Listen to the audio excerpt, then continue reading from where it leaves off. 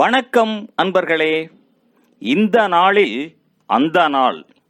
ஆம், வரலாற்றின் வழித்தடங்களில் கடந்த 2000 ஆண்டுகளாக ஒவ்வொரு நாளும் உலகம் முழுவதும் நடந்தேறிய முக்கிய நிகழ்வுகளை நாள் வாரியாக நல்ல பல தகவல்களை தொகுத்து காணொளி மூலம் பகிர்வதில் மகிழ்ச்சி. வாருங்கள் அன்பர்களே, இனி வரலாற்றில் இன்று எனும் வாசல்களை திறந்து வலம் வருவோம். வரலாற்றில் இன்று ஜூலை 8ஆம் தேதியில் நடைபெற்ற முக்கியமான வரலாற்று நிகழ்வுகள். கிபி 1099ஆம் ஆண்டில் முதலாம் சிலுவைப் போரின் போது 15,000 கிறிஸ்துவ போர் வீரர்கள் பட்டினியுடன் ஜெருசலேம் முற்றுகையை ஆரம்பித்து நகரின் ஊடாக சமய ஊர்வலம் சென்றனர். 1497ஆம் ஆண்டில் வாஸ்கோடா காமாவின் இந்தியாவுக்கான முதல் ஐரோப்பிய நேரடி பயணம் ஆரம்பித்தது. 1730ஆம் ஆண்டில் சிலியின் கரையோரப் பகுதியை 8.7 அளவு நிலநடுக்கம் மற்றும் ஆழி பேரலை தாக்கியதில் பெரும் சேதம் ஏற்படுத்தப்பட்டது. 1760ஆம் ஆண்டில் புதிய பிரான்சில் இடம்பெற்ற கடல் போரில் பிரித்தானிய படைகள் பிரெஞ்சு படைகளை தோற்கடித்தன. 1776ஆம் ஆண்டில் அமெரிக்க விடுதலை சாற்றுரையின் முதலாவது பொது வாசிப்பை யோன் நிக்சன் படித்து முடித்தபோது நாடெங்கும் தேவாலய மணிகள், விடுதலை மணிகள் ஒலித்தன.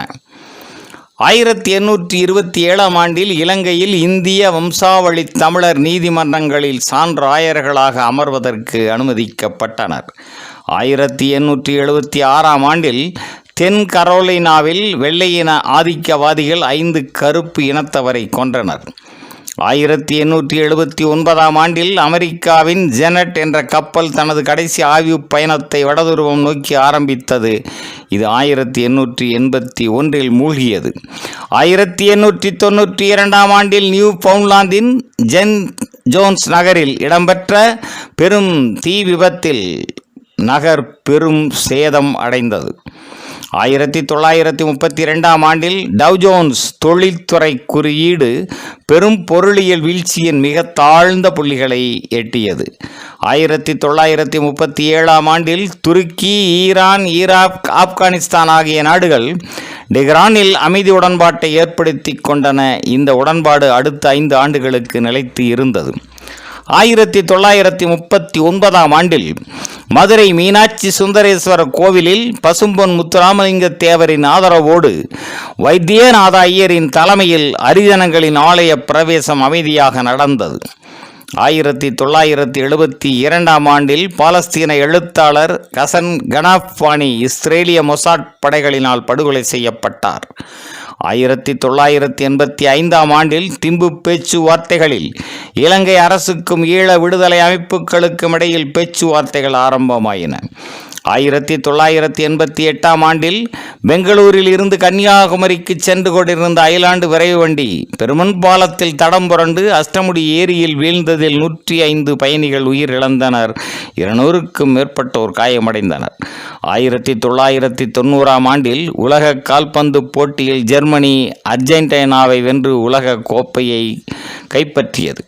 2003ஆம் ஆண்டில் சூடான் விமானம் விபத்துக்கு உள்ளானதில் 117 பேர் உயிரிழந்தனர். 2 வயது குழந்தை ஒன்று மட்டும் உயிர் தப்பியது.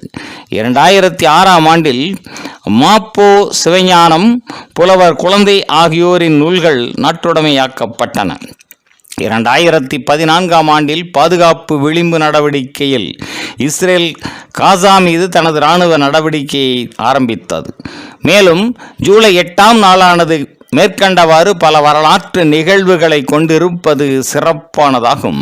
நன்று நண்பர்களே. மற்ற நாட்களுக்கான வரலாற்று நிகழ்வுகளை பிரிதொரு காணொளியில் காண்போம். நன்றி, வணக்கம்.